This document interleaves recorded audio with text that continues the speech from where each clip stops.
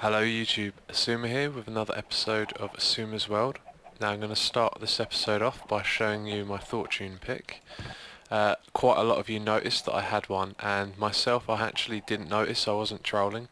And my only way for explaining this is that I spent a really long time doing these. I had to wait for the EXP farm to load, and it must have been late, and after I got a couple of these with level 3 and 4 I must just have glanced at it quickly and just seen the efficiency 4 and the 3 and just thought it was another one of these. Yeah, so that's quite ridiculous, but that's my only way of explaining how I missed that. So anyway, let's go back to the bottom of the treehouse. I've been thinking about the glass roof. I said I'd like to perhaps have raised it so we could have more lit up area that you can see from the top, and a lot of you favoured this idea, and then I thought actually, I sort of changed my mind. Then I realised I don't have to raise it up because of these blocks here at the same level. So what I could do is go and remove all the blocks at the edge and replace them with glass. But I'll investigate that later in the episode, and I might do that again. But for this episode I'm not so sure about building any more of the treehouse, because in the last episode, I'm not sure if I'm going to pronounce your name right, but Lucas Nietzsche, who he's a regular, he's always commenting on my videos, which I appreciate, and he told me that he actually builds tree houses himself, and that this one won't look so great because, as we can see, it's just a big symmetrical cylinder, and to make a treehouse look good it needs to be natural and it needs to be a bit more random, and he also said it needs to lean to one side a bit, which makes a lot of sense. So with all that in mind, I think it's best for me to think about what to do here more, because I'm now going to have to do some more water construction. I'm going to have to put more wood blocks on one side and remove some from the other, and it's going to take me quite a bit of time to think about that, and I'll have to do lots of research. So in this episode I figured we've got the fortune pick, I'll go look for some diamonds, we'll be enchanting more stuff, hopefully some armour so I can breathe underwater. Yeah, I do have my minecart, and I'm going to rebuild the EXP farm so all three work together. And someone suggested, sorry I didn't write your name down, to use F5 when we're up here, and that's absolutely brilliant. Look at that. So we can have a real good view now on our little minecart roller coaster. Let's see if we take any fall damage. Nope. Okay, so sometimes we just seem to take random fall damage there. And the glass roof looks really good too. And I do think that needs to be bigger when we look at it like this. Okay, so I've got a couple more things to talk about, and then we'll head over to the XP farm. So I'd like to thank Jaywin. That was his idea for the minecart view, to just press F5, and now we can actually make good use of that minecart track, which is great. And I just wanted to say I like to thank people when they give me ideas like that. I know a lot of you sometimes say the same thing and I can't thank you all, but I really appreciate that you put in input and help me out with the show, and it's really great. And I wanted to say thank you to Dubstepper, because he came up with a great idea that I think some of you will appreciate when you're doing builds like this. Now if you remember, I dropped in all the sand and used torch mining to dig out all of this area. Well, he suggested this great idea that we could just put wooden planks or something flammable, and then when it comes to digging it out you simply set the wood on fire and it will do all the hard work for you and remove all of the wood that you placed, and then you'll have your glass roof like this. So thanks for that tip, and I hope that works out for some of you doing builds like this. So what we're going to be doing next, before we move on to the XP farm, is checking out this problem that I've had with lag spikes. So many of you have had some ideas about what you think it is, and many of you also have the same trouble. So some people that were saying that it was chunk borders, and some people were saying it's because I have the chicken farms. So what I'm going to do is go up there and dismantle the chicken farm, and then remove all the chickens from the coop in my base, which will be fine because I've been collecting tons and tons of eggs from them. In fact, I think I'm going to need a chest just for eggs soon. And then when all they're gone, they won't be making as much noise, and we can go test and see if the lag still happens. So I was just on my way to the chicken farm, and I was thinking about the idea using flammable blocks to save you torch mining, to save you a load of time. Well, if I'd have done that on this, it would have been a little bit of a disaster, because my structure is made out of wood, which is flammable. So if you're going to do that yourself, don't use something that's flammable. But it should be fine if you use cobblestone. So yeah, the other thing I wanted to talk about was I said in the last video about the treehouse could possibly catch on fire when it's thundering, and all of you pointed out that if the lightning hits one of the blocks, it won't actually set it on fire, it will just create the fire animation, and if it was to spread and it was actual fire, there'd be rain to put it out anyway, so it's not a worry in the slightest. But now I'm going to well, I'm not going to dismantle this in this episode, I'll do that at another time, but I'm going to harvest the chickens and then I'll go back down and do the other ones. So that's all of the chickens taken care of, and now it's time to go test and see if that's what was causing the lag spikes. So our first one's around here somewhere, and yep, I'd say there's no spike there, and the other one is just over here. And again, I don't think... Right, so that appears to be what was creating the problem. But I'll have to keep an eye out because it might happen again, but yeah. So if you're having that problem, you might want to try the same thing. Make sure you've got enough eggs so you can start up your chicken farm again, but it appears that that was the problem. So I'm glad that's fixed. However, I do want a big chicken farm in the future, and it's going to make the game lag, so I might need to think about where I put it so that lag doesn't interfere with me too much. But anyway, now we'll go down to the EXP farm. So I've arrived here at the EXP farm, and I'm going to do most of the work for this off camera. The reason behind this, because I've already done this in a way in the LP, and if you didn't see it, I recently done a tutorial on how to build a fully working cave spider EXP farm. So I'm basically going to be doing what I did in that tutorial. So I'll link all three of these up together and we'll see how it looks. Okay, so I've linked up all three of these spider spawners together, and what I'm trying to think about at the moment is how I'm going to build these rooms around it. Now, I've been doing some tests, I still need to do a few more, but I know that this block here is 14 blocks away from that spawner, and I do believe that the limit is 16 blocks, so somewhere around here would be good, and obviously it's closer to that one. And I just need to check this spawner here, how close it is to where we're going to build I don't know what we call it really, the iron bar where they jump up and form the circle. And then I'm going to build the centre of the room around that, and I'm going to try and position it so naturally when you're in the room you're going to be closer to the spawners than say one side of the room where you might not be activating this one over here.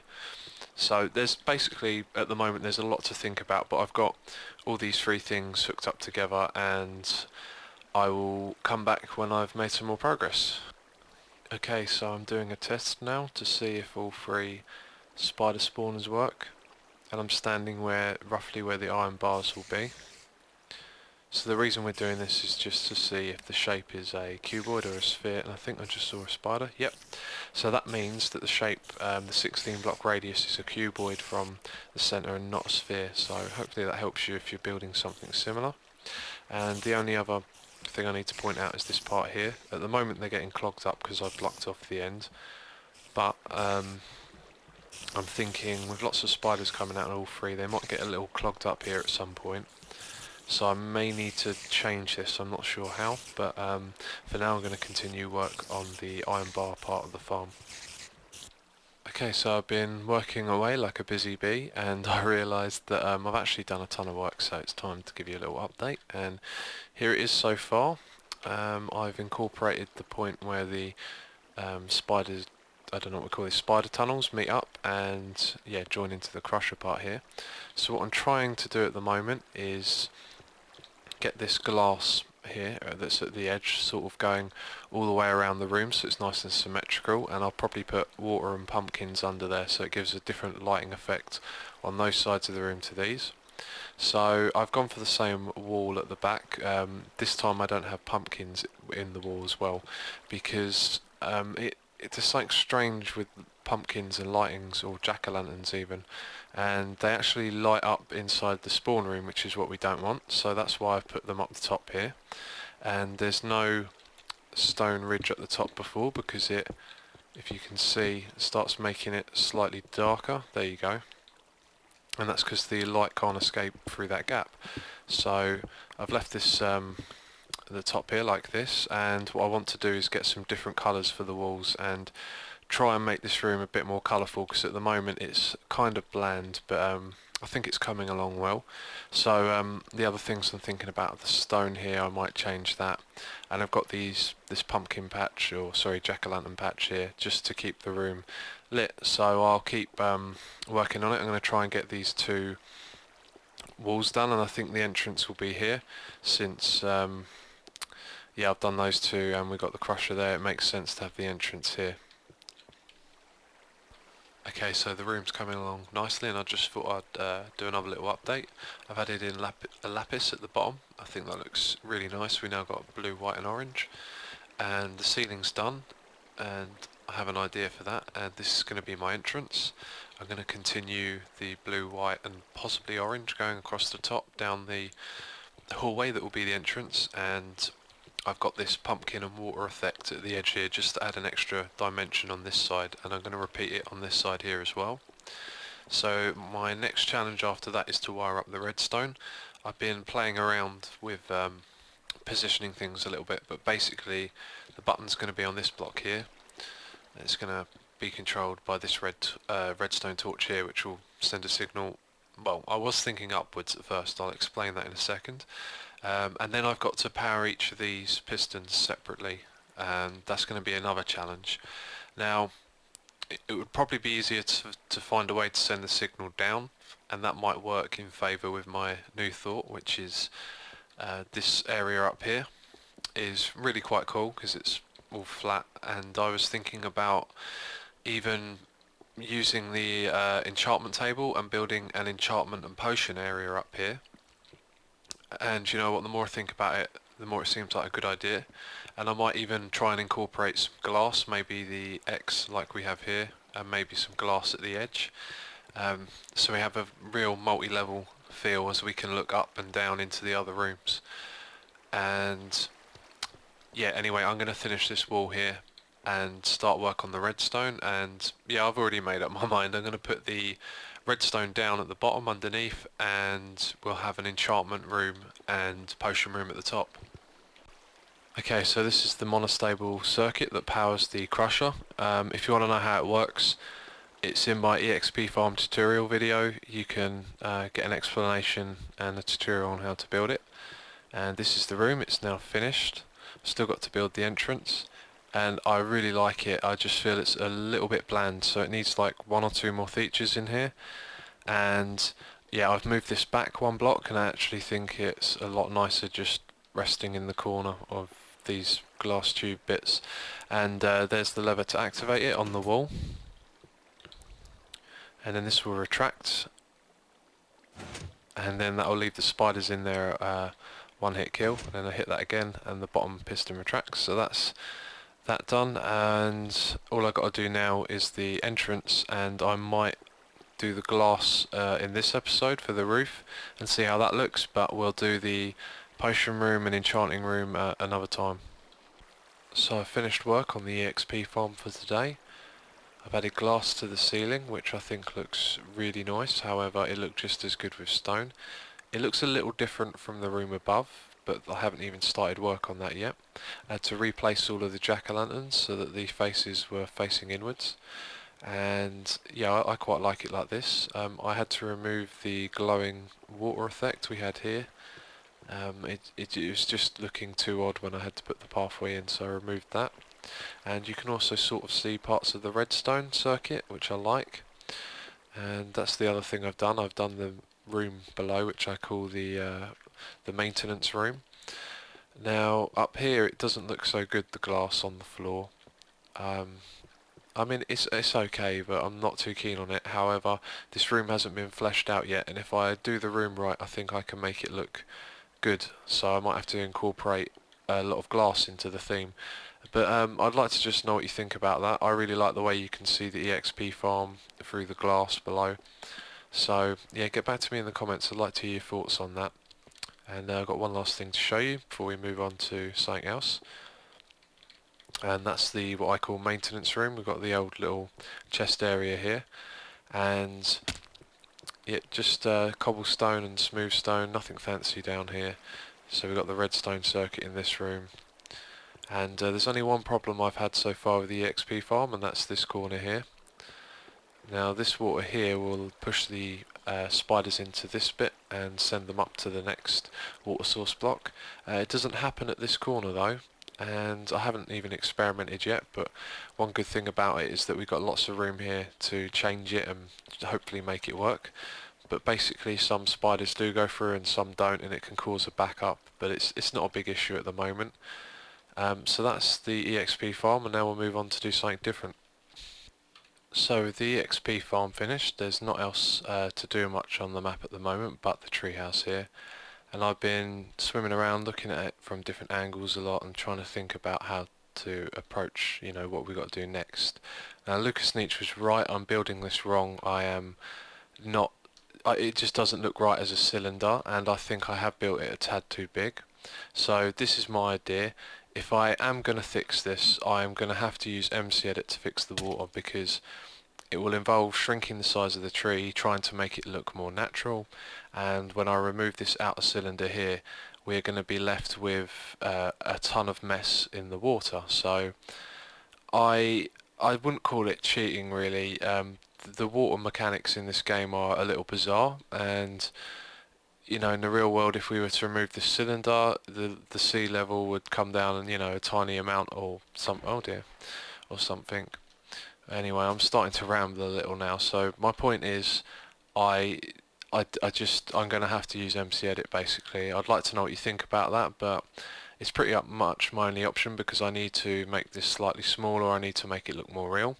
So I'm going to start off with the base, since the base will probably stay about the same size, and I'm going to start trying to working these roots in between the glass and get something that looks really nice, and we'll have to build from there. And perhaps by next episode I'll be using MC Edit and redoing the whole of this tree. And by the way, I'm not going to be MC Editing any resources other than water. It's simply I'm going to have to build the tree back up from the inside, and when it's done I'll remove all of this and there'll be a big mess, and then we'll go into MC Edit and fix all the water. Okay, so here's the plan I've been thinking. We've got more land on this side, as you can see, and one of the things Lucas Nietzsche said was to make the tree slightly crooked. So I'm thinking if I start building another circle like we have here inside here, we'll have this side will be slightly higher, and this side it will come down to about here and be slightly lower, and then from there we can start curving that circle off onto the glass at the edge here and making the roots come down underneath it into the ground. And at that point we'll have a sort of a stump, if you like, for underwater, where we'll have all our roots separating off, and at that point we can start to build the tree up inside of this. And then the last thing we'll have to do is remove all of this wood that I've placed, and as painful as that is, it's worth it in the long run. I think I made some mistakes with this, and perhaps I should have done a lot more research into making tree houses, but there you go. It's a big learning process this, so I'm going to make that circle and we're going to take a look at it. Okay, so I've made a rough circle, and I haven't made it using any form of mathematics, so it'll be a bit more natural feeling. What I'm going to do is replace it with wood, and as we go around this way, every so many blocks I'm going to drop down one block, drop down again, so we'll have this part over here will be slightly lower than this part, so we'll get that sloped feel, the crookedness at the base. And I've been thinking about the side here. I was originally thinking that the roots at the top could go over the land. I don't think that would look right. It should come straight up and out. And that's something I've just realised. I've got to fill up all of this land here as well with dirt. Okay, so when we replace it with water, this bit here isn't water, it look natural. Yep, that's just something else that's popped into my mind. So yeah, I'm going to do that circle and we'll have a look at it in a moment. So I finished placing down the wooden ring, which is going to be like the new base of our tree. And I've encountered a couple of problems and had to replace it a lot of times. But the main problem that I'm facing at the moment is that our tree is going to lean towards that direction, away from this mass of land here. That just seemed kind of natural. So the wood over here is going to come upwards and outwards towards that way, meaning that I need to fill out this land according to it. And then the wood over this side at the bottom here is going to dip under into the glass and create the roots and come upwards and meet the top, or at least go through it. So it's these sides here that are going to be awkward to do, but I'm going to start, rather than with the roots, I'm going to start by building this corner up here and just get a feel for what it's going to be like. And if I do like it and how it looks, I can start filling in some of this with dirt and we'll know where the water level will be. So that's what I'm going to do. So building this, I've made a couple of mistakes already. I've been keeping this dirt level just here between the two, the old tree and the new tree, and I originally filled it all the way up to the top there, and I realised I made a mistake. It just needs to come up to this level, and now I've realised that I've got to start curving this new part of wood here into the side here, because if it's going to be leaning in this direction, it means this corner or side here is going to lean inwards, that one's going to lean outwards, and the ones at the side are sort of not really leaning anywhere, they're sort of leaning into themselves if anything. So that's something else I've got to think. And yeah, I'll try and get some of this wall done as well, up to where this dirt goes, and then we'll take a look at it. So there you go, it's not too much to look at the moment, but it's coming along nicely, and I'm just going to have to power through and get all of this done because it has taken too long to make this tree house. And you know, I made the mistake by doing the cylinder. I think it's going to look a lot better when we get it looking more natural. So next episode we'll just pick up right from here and go straight back into the building. So thanks for watching, and I'll catch you next time.